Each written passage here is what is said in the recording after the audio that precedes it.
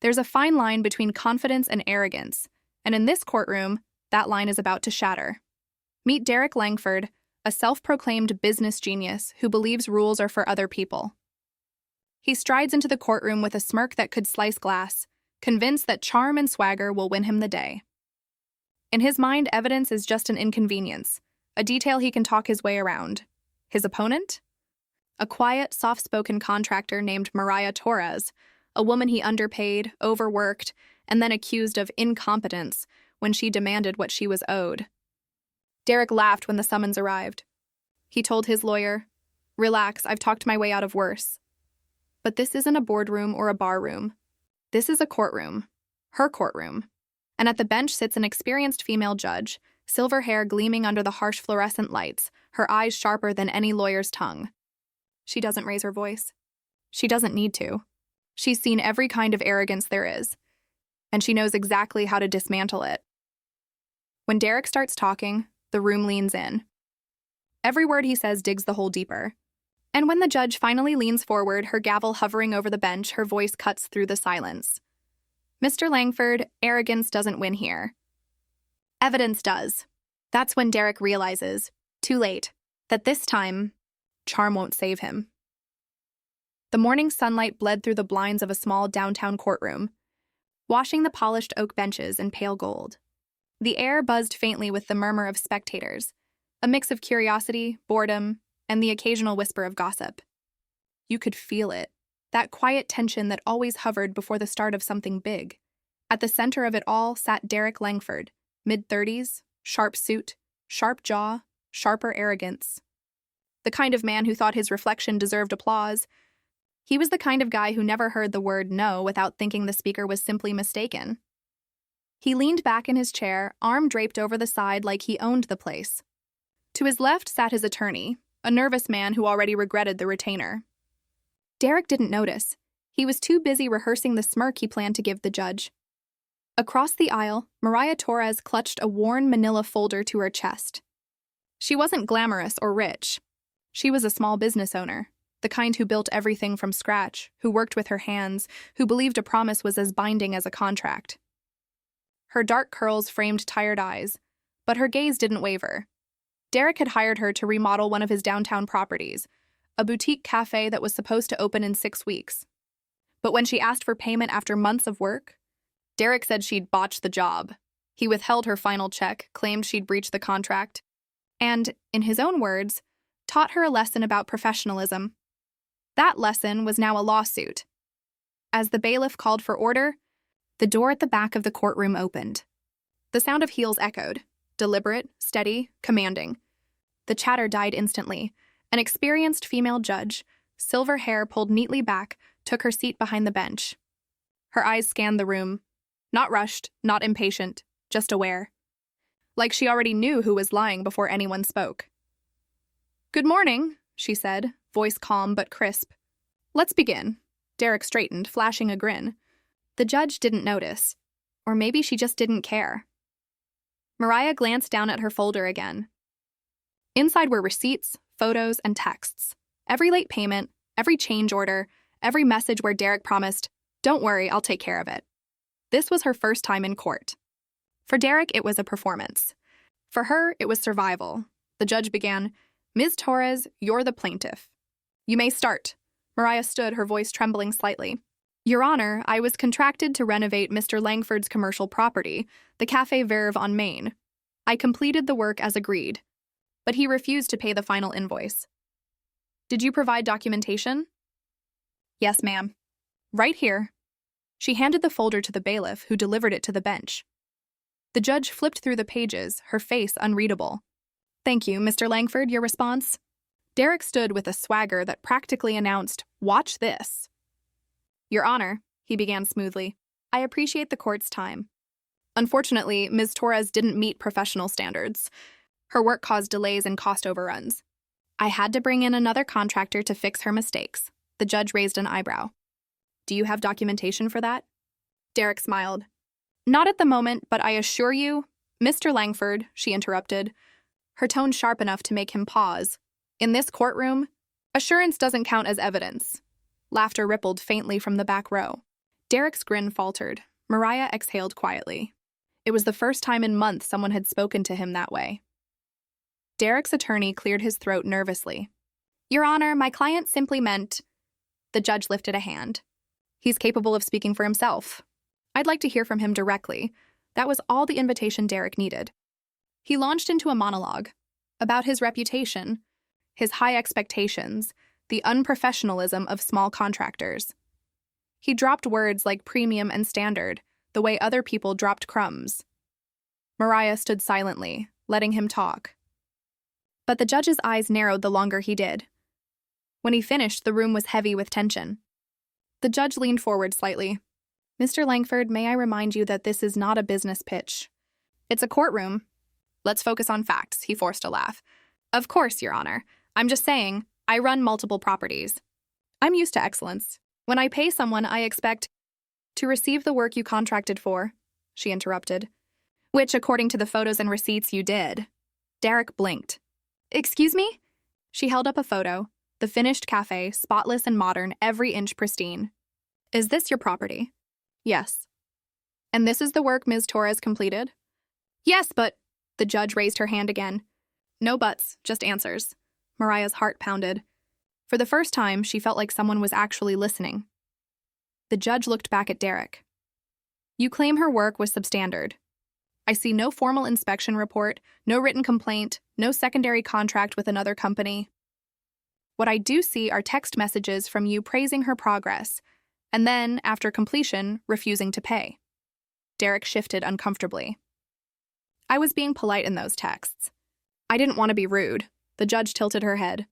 You didn't want to be rude? So you lied? The courtroom went still. Derek's jaw tightened. Your Honor, that's not what I meant. No, she said, her voice calm but razor-edged. Then please explain what you did mean. Derek glanced toward his lawyer, but there was no rescue waiting. Behind him, a reporter scribbled in her notebook. She'd seen this pattern before, the smooth-talking defendants who believed confidence was a substitute for truth. Mariah watched as Derek began to unravel. He fidgeted, his smooth rhythm fracturing under the weight of scrutiny. The judge continued. You claim you hired another contractor. What's their name? He hesitated. It was, Brightline Construction. She flipped a page in the file. Interesting. Because Brightline Construction dissolved 3 years ago. The courtroom erupted in murmurs. Derek froze. That's impossible. They did some small adjustments. Do you have invoices? No, it was a verbal agreement. The judge leaned back, almost pitying him. A verbal agreement with a company that doesn't exist. Mr. Langford, do you realize how this sounds? Derek's confidence cracked, his voice rising slightly. Look, I don't keep track of every little detail. That's unfortunate, she said flatly, because details are what win cases. Mariah could barely breathe. This was the moment she'd dreamed about. Not revenge, but validation. The judge turned to her. Ms. Torres, how long did you wait for payment before filing this claim?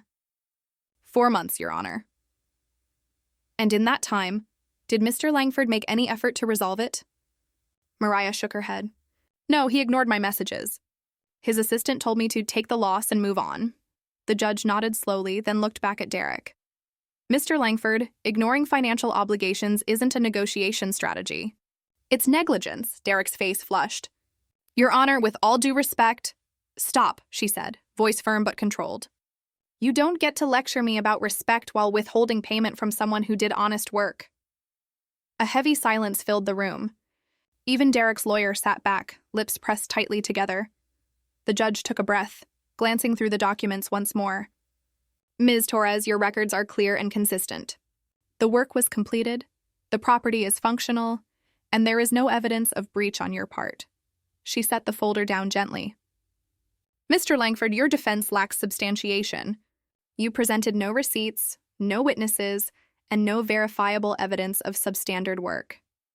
Derek opened his mouth to argue, but one look from her, and he froze. Save your words, she said quietly. The facts speak louder. The gavel hadn't even fallen yet, but everyone in the room knew where this was going. Derek's bravado deflated like air escaping a balloon. Mariah lowered her eyes, tears threatening, but held back by sheer will. The judge looked between them one last time. "In this courtroom," she said evenly, "we don't deal in ego. We deal in evidence. And the evidence tells a very clear story." She lifted the gavel, not to end the case, but to signal the end of pretenses. Derek stared down at the table, suddenly smaller than he'd ever looked. The sound of the gavel striking echoed like thunder, judgment in favor of the plaintiff. For a split second, there was silence. Then the tension broke. A collective exhale from everyone who'd been holding their breath. Mariah covered her mouth, her shoulders shaking as relief poured through her. She hadn't just won. She'd been believed. Derek stood slowly, muttering something under his breath that no one caught. The judge's eyes lifted. "Mr. Langford," she said softly, "arrogance may work in boardrooms, but not here. Remember that." He didn't reply. He couldn't. Outside, the sunlight felt different, sharper, clearer. Mariah stepped onto the courthouse steps, clutching her folder like it was a medal. Reporters tried to stop her, but she shook her head. "No comment," she said with a quiet smile. Across the street, Derek's luxury car pulled up. Cameras swarmed. For the first time, he didn't smirk for them. He just got in and drove off, disappearing into traffic, his reflection fading behind tinted glass. But inside that courtroom, something had shifted. Something small, but powerful, because arrogance may talk loud. But evidence? Evidence always wins. When arrogance meets humiliation, it doesn't fade quietly. It fights back. And Derek Langford wasn't the type to take public defeat with grace. The next morning, his face was splashed across a local business blog. "Landlord loses court battle to small business contractor." The article didn't hold back, quoting the judge's most brutal lines and framing him as a poster child for entitlement. By noon, Derek's inbox was filled with messages, not from supporters, but from colleagues and investors asking what happened. His assistant tiptoed into the office holding a copy of the print edition. He snapped, "Throw it away." But he didn't. He read every word, his jaw tightening with each sentence. The arrogance that had once made him invincible now felt like armor cracking from within. Still, Derek wasn't ready to accept defeat. He told himself this was a misunderstanding, a PR problem, not a moral one. "The judge misread me," the woman exaggerated. "I just need to set the record straight." He decided to appeal. Meanwhile, Mariah Torres returned to her workshop, a small converted garage filled with sawdust, sketches, and the faint hum of an old radio. For the first time in months, she felt light. The victory wasn't just financial. It was moral. Her assistant Lena grinned. "So, does this mean we finally get paid?" Mariah laughed. "Yes, and maybe even new equipment." But behind the smile, there was worry. Derek had resources, lawyers, money, influence. She knew this wasn't over. Men like him didn't just lose and walk away. They found ways to twist the knife back. Sure enough, 2 weeks later, she received an envelope. Thick, official-looking. Inside was a notice. Notice of appeal. Langford v. Torres. Mariah's stomach dropped. "He's appealing?" Her attorney sighed over the phone. "It's not uncommon. But his odds aren't great. Not with the evidence we have." Mariah stared at the letter. "So I have to go through it all again?" "Yes," her lawyer said gently. "But this time he's angry. Expect him to come prepared." Mariah looked out the window, her reflection merging with the rainy city streets. "Good," she said quietly. "So am I." Back at Langford Holdings, Derek was strategizing. He hired a new attorney, younger, bolder, and far less cautious. "We're going to prove bias," Derek said. "That judge had it out for me from the start." His lawyer, a sleek man named Harris, nodded. "If we can undermine her impartiality, we can get the verdict overturned." "Exactly," Derek replied. "And I want her humiliated." Harris smiled thinly. "Careful. Judges don't take kindly to vendettas." Derek waved a dismissive hand. "I don't care what she takes kindly to. She embarrassed me in front of the entire city." But arrogance has a way of blinding men to the edge of the cliff they're walking toward. The appeal hearing was scheduled for 6 weeks later. When Mariah arrived at the courthouse, she was calmer this time, seasoned by the first round. But when she saw Derek enter, her breath caught.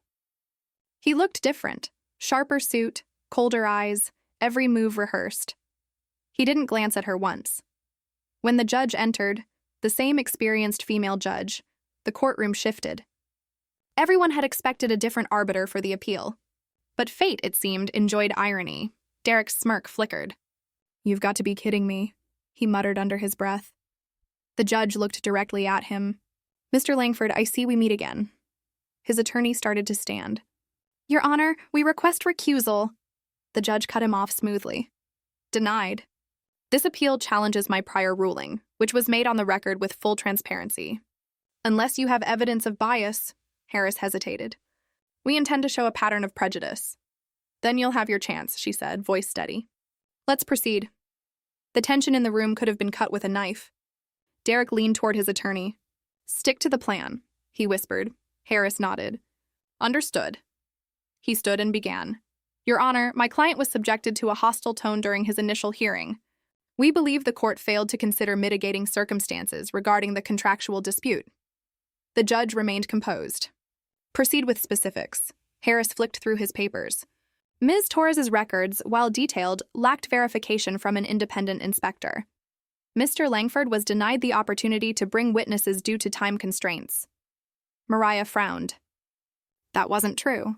Derek had never requested witnesses. The judge replied evenly, "Your client was given full opportunity to present documentation." He declined. "I even asked him directly," Derek interjected. "I wasn't aware I needed to submit." She held up a hand. "Ignorance of procedure does not excuse neglect of evidence," the courtroom murmured again. Even Harris shifted uncomfortably. Mariah sat quietly, her hands folded in her lap.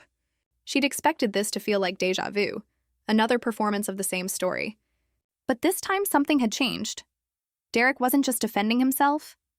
He was trying to erase accountability. The judge continued, "Mr. Langford, I reviewed the transcript of your previous testimony. You stated you had a contract with Brightline Construction, a company that, as verified by the Secretary of State's database, no longer exists. Have you since found documentation to the contrary?" Derek swallowed hard. "Not yet. Then why bring an appeal without new evidence?" Harris jumped in. "We believe procedural tone bias may have influenced the outcome." The judge's eyes narrowed. "You believe my tone was biased?" "Yes, Your Honor," Harris said carefully. "We argue that your phrasing and interruptions indicated predisposition." The judge folded her hands. "Mr. Harris, if you think firmness equals bias, then you've mistaken discipline for emotion. My role is to separate fact from ego, something your client struggled with." A quiet gasp ran through the room. Even Mariah felt a flicker of awe. Derek tried to pivot. "Your Honor, I'm simply saying that I was treated unfairly. I was spoken to disrespectfully in front of an audience. That has consequences for my reputation?" The judge looked unimpressed. "Your reputation was not harmed by my tone, Mr. Langford. It was harmed by your conduct. And that distinction matters." He clenched his jaw. "With all due respect—" "You're out of respect, Mr. Langford. Let's continue." His lawyer pressed on, scrambling. "Your Honor, my client made multiple good-faith attempts to resolve the matter privately." Mariah couldn't stay silent anymore. "That's not true." The judge turned toward her. "Ms. Torres?" "I reached out several times," she said firmly. "I even offered a payment plan." He ignored every message. "I have proof. Do you have copies with you?" "Yes, ma'am." Mariah's hands didn't tremble this time as she handed over the printed emails. The bailiff delivered them to the bench. The judge read quietly, then looked back at Derek. "Would you like to respond?" He shifted in his seat. I don't recall seeing those." The judge arched a brow. "Your assistant's signature is on one of them." The courtroom fell silent again. Every time Derek opened his mouth, the truth tightened around him. It wasn't just about invoices or emails anymore. It was about integrity, and the more he spoke, the less of it he had. After a long pause, the judge exhaled. "Mr. Langford, the purpose of an appeal is to present new evidence or procedural error. You've done neither. Instead, you've attempted to re-argue the same case, this time with more hostility."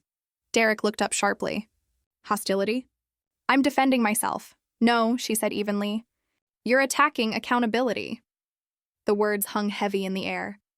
"Here's the truth," she continued, her tone deliberate and surgical.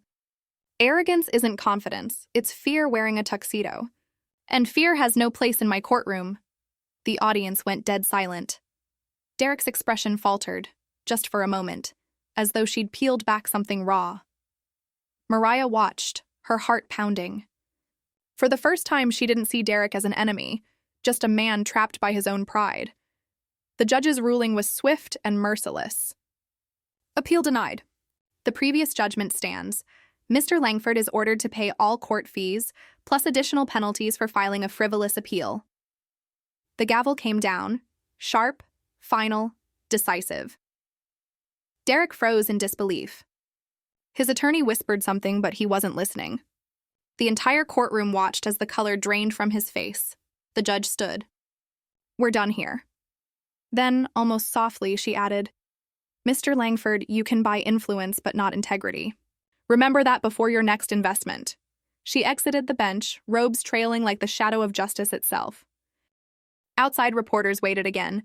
This time, Mariah didn't run. She gave a short statement. "All I ever wanted was fairness. That's what today proved, that it still exists." Meanwhile, Derek pushed through the crowd, sunglasses on, lips tight. The cameras flashed. One reporter shouted, "Mr. Langford, any comment on the second ruling?" He didn't answer. He just kept walking. But behind the mirrored lenses, something was cracking.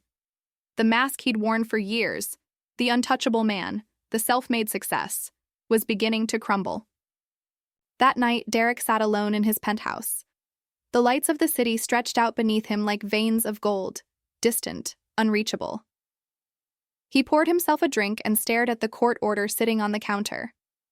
He'd built his entire identity on the illusion of control. Now the only thing he couldn't control was the truth. He lifted his glass but didn't drink. In the reflection of the window, he saw something that startled him. Not confidence, not charm, just emptiness. For the first time, he wondered if the judge had been right all along. Maybe arrogance wasn't power. Maybe it was fear, after all. The gavel had already fallen, but the echoes of justice have a strange way of following people home. For most, a courtroom defeat is an ending. For Derek Langford, it was only the beginning of reckoning. 3 days after the second verdict, the story exploded. Headlines stretched across business journals, tabloids, and social media feeds. Judge destroys landlord's ego in brutal ruling. Arrogance meets its match in the courtroom. Clips from the televised hearing went viral. The judge's calm dismantling of Derek's lies became an internet sensation, a 10-second masterclass in authority. Millions watched as she said, "Arrogance isn't confidence, it's fear wearing a tuxedo." The quote was everywhere. Stitched onto memes, printed on coffee mugs, even turned into motivational videos. Derek became the punchline to his own legend. Inside his high-rise office, the blinds were drawn. His assistant whispered outside the door to anyone who came by, "He's not taking meetings." But that wasn't entirely true. He was taking one meeting, with himself. He sat in the dark, replaying the judge's words over and over. The tone wasn't cruel. It was surgical, precise. It didn't just humiliate him, it revealed him. In the stillness, he realized something unsettling. He couldn't remember the last time anyone had told him the truth to his face. Meanwhile, Mariah Torres was busy trying to rebuild her life. Not just her finances, but her faith in fairness. Since the ruling, she'd been flooded with calls. Small business owners asking for advice, local reporters wanting interviews, even a podcast host inviting her to speak about standing up to corporate bullies. She declined most of them. Fame wasn't what she wanted. Peace was. Still, there was one message she didn't expect. An email from Derek Langford. Subject line, "A conversation, no lawyers." Mariah stared at the screen for nearly 10 minutes. Her first instinct was to delete it, but curiosity won. She opened it. "Ms. Torres, I don't expect you to reply. I just wanted to say I was wrong about the work, the case, the way I treated you. I thought power meant not having to listen. Turns out that's how you lose everything. If you'll allow it, I'd like to meet, not to argue, just to apologize. DL." Mariah didn't respond that night, or the next, but something about the message stayed with her. A week later, she agreed. They met at a quiet cafe, the same one she'd built, the one that started it all. Derek arrived early. No entourage, no suit, no armor. Just a man in a plain shirt looking smaller somehow. Mariah walked in, shoulders squared, expression unreadable. She sat across from him without a word. He started softly. I owe you more than an apology. I owe you respect. She didn't answer. She just watched him, waiting to see if this was another performance. Derek exhaled. When the judge said arrogance was fear, I didn't understand it at first. But she was right. I was scared. Scared of losing control. Scared of not being the smartest person in the room. Mariah finally spoke. You weren't scared. You were cruel. He winced. You're right. I was. I thought money made me untouchable. Her eyes didn't soften. Money doesn't make people untouchable. It just hides how fragile they really are. He nodded. I see that now. For a long time, neither of them spoke. Outside, the city moved on. Buses rumbling, people crossing streets, the world indifferent to their small truce. Back in her courtroom, the judge, whose reputation had skyrocketed, sat alone during recess, reviewing new case files. But her mind wandered. Not to fame, not to viral clips, but to the faces that passed through her bench. Justice, she knew, wasn't about punishment.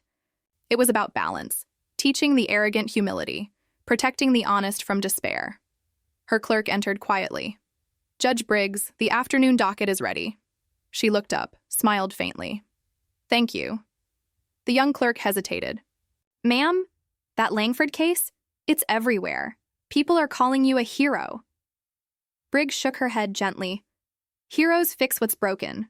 I just hold a mirror. That evening, as the sun dipped below the courthouse steps, she found a letter in her inbox. Handwritten, elegant stationery. Your Honor, I've spent most of my life believing rules were for other people. You proved me wrong, and I'm grateful for it.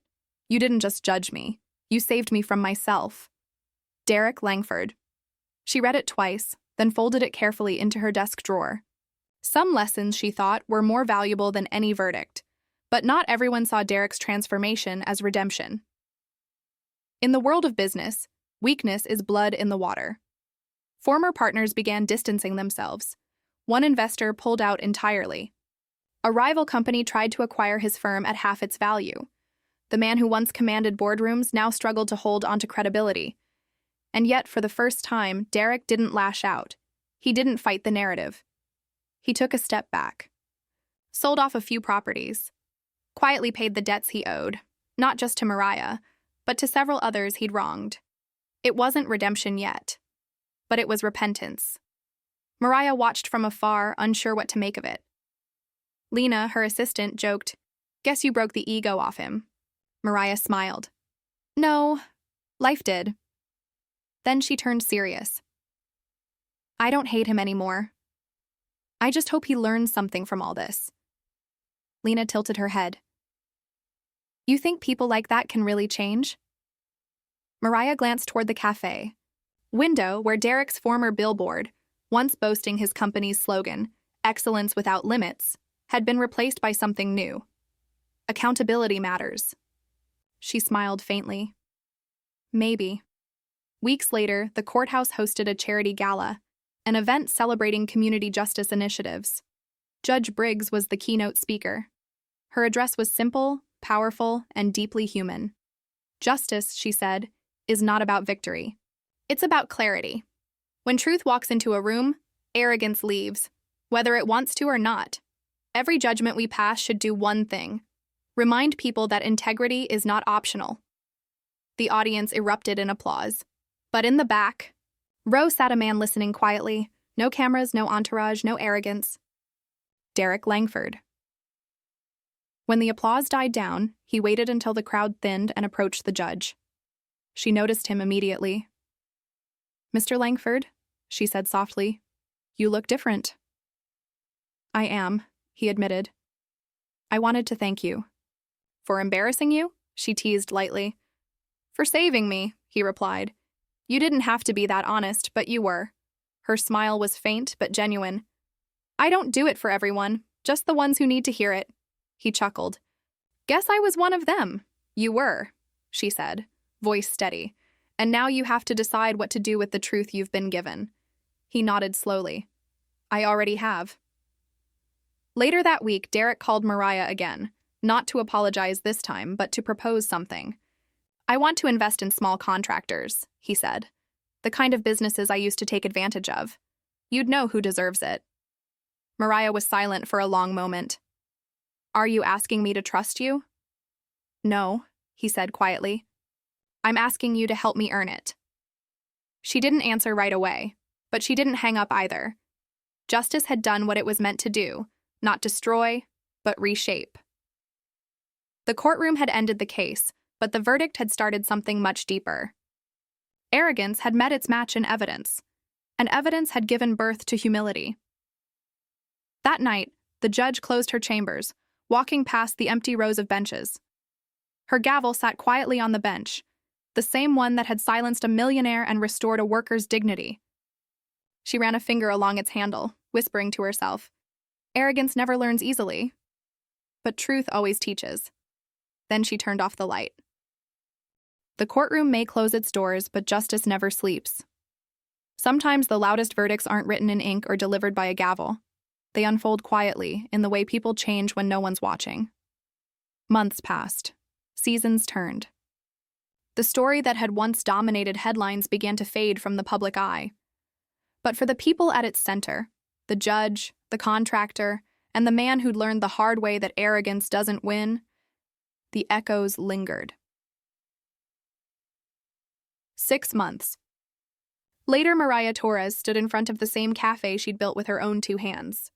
Only this time it bore a new sign above the door. Verity Coffee, built on truth. Business was good, better than ever actually. People loved the story, not the lawsuit, but the principle behind it. They came to support someone who had stood up for herself, who didn't bow to power. Inside, laughter and warmth filled the air. Baristas moved efficiently behind the counter. The smell of roasted beans mingled with the soft hum of morning chatter. Mariah took a slow sip of her cappuccino, scanning the crowd. She spotted familiar faces, small business owners she'd mentored since the case ended. They'd started calling her the woman who beat arrogance. She didn't love the title, but she understood it. Because what she'd really beaten wasn't just one man. It was the silence that usually swallows people like her. Across town, Derek Langford was walking into a very different kind of meeting. The sleek glass conference room he once commanded was gone. He'd sold it off months earlier, downsizing to something modest. Today, his office was smaller. No assistants, no towering skyline views. But there was something new. Honesty. He sat across from 2 women, both independent contractors, showing them blueprints for a new project. "This time," he said carefully, "we do everything transparent. Payment milestones, proof of work, no shortcuts." The women exchanged skeptical glances. One of them said, "We heard about your court thing." Derek nodded slowly. "You should have. It was deserved." They looked at him for a moment, weighing his words. "Most people don't own up like that," one said. He smiled faintly. "Most people don't get the privilege of being forced to." The women laughed, softly, but genuinely. For the first time in years, Derek didn't feel like he was selling something. He felt like he was rebuilding something, one truthful brick at a time. That night, a familiar envelope arrived in Judge Briggs's chambers. No legal paperwork this time, just a handwritten note. "Your Honor, you once told me arrogance was fear in a tuxedo. I've spent every day since trying to take off the suit. I won't pretend I've changed completely, but I've started listening. I've learned that truth isn't a weapon. It's a mirror. Thank you for handing me one. Derek Langford." She smiled softly as she read it, eyes glinting under the desk lamp. It wasn't the first letter of gratitude she'd received in her career, but it was one of the few that felt earned. A week later, she received another letter. This one from Mariah. "Your Honor, I wanted to thank you, not for the verdict, but for the example. You didn't just protect the truth. You taught us how to respect it. People like me don't often get heard in rooms like yours. But you reminded everyone that facts don't care about status. With gratitude, Mariah Torres." The judge placed both letters side by side on her desk, 2 opposite ends of a single story. One written in arrogance turned humility, the other in pain turned power. She sat back, reflecting. Justice, when done right, didn't just settle disputes. It changed people. That was her real legacy. 2 months later, Mariah was invited to speak at a local business summit, the kind that used to feature people like Derek. She almost declined, But then she remembered something the judge said during the hearing. Justice doesn't end with a ruling. It starts when you do something with it. So she went. The room was filled with small business owners, entrepreneurs, and curious onlookers. When she took the stage, her palms were sweating, but her voice was steady. "I didn't win because I was loud," she began. "I won because I refused to be silent. You can't outtalk arrogance. You outlast it. And the truth? The truth always shows up, even when it's late." The crowd erupted in applause. What she didn't know was that at the very back of the hall, a man stood in the shadows, listening quietly, not out of guilt, but out of respect. Derek. When her speech ended, he slipped out before anyone noticed. He wasn't there to be seen. He was there to remember. In the months that followed, their paths crossed occasionally, at community events, fundraisers, and local charity projects. They never became friends, but they did become something more. Complicated, reminders to each other of what truth costs and what it gives back. Mariah once said during an interview, "Justice didn't make me rich. It made me real. That's better." When Derek saw the quote, he smiled. "She's right," he muttered. "Real beats rich." 1 year later, the city held a ceremony honoring Judge Briggs for her years of service. Cameras flashed. Officials spoke, but she looked almost embarrassed by the praise. During her speech, she said, "People think a gavel gives you power. It doesn't. It gives you responsibility. To see people clearly, even when they hide behind money, fear, or pride. I've learned that justice isn't about who wins. It's about who learns." The audience rose in applause. After the ceremony, she stepped outside into the crisp night air, where two familiar figures stood near the steps, Mariah and Derek. She smiled. "I should have known you'd both show up." Mariah laughed. "Wouldn't miss it." Derek nodded respectfully. "You taught us both a lot." The judge looked between them, two people forever linked by one simple truth. Evidence beats arrogance every single time. Then she said something that would stick with them forever. The law restores order, but humility restores humanity. Don't ever forget which one lasts longer. As the crowd dispersed, the three stood in quiet conversation for a few moments. No courtroom, no titles, no sides. Just people who had learned something the hard way. Mariah finally broke the silence. "Funny thing," she said. "If none of that had happened, I'd probably still be working paycheck to paycheck." Derek smiled. "And I'd still think I was invincible." The judge nodded, her eyes kind. "That's the beauty of justice. Everyone leaves with something different. You with peace, him with perspective." They shared a soft laugh. Then Mariah said, "And you?" The judge's silver hair shimmered in the streetlight as she looked out at the courthouse behind them. "Me?" she said with a small smile. "I leave with proof that it still works." That night, the city skyline shimmered, 1,000 lights reflecting off glass towers. Somewhere below, a cafe stayed open late, its windows glowing warm against the dark. Inside, Mariah wiped down the counter as the last customer left. She paused, looking at the framed photo behind the register, her and her team smiling on opening day, the courthouse faintly visible in the background. Next to it sat a small brass plaque she'd added recently. It read, "Truth doesn't shout, it stands." Across town, Derek locked up his modest office, flicking off the lights. He glanced at the corkboard by the door where he'd pinned a single quote printed on paper. "Arrogance isn't confidence. It's fear wearing a tuxedo." He smiled faintly and turned out the light. For the first time in his life, he wasn't afraid of who he'd become. And in her chambers, Judge Briggs placed her gavel back into its case, whispering the same phrase she always did before locking up. Justice isn't about punishment. It's about progress. Then she closed the door behind her. Another day, another case, another life changed by the weight of truth. Because in her courtroom, arrogance never wins.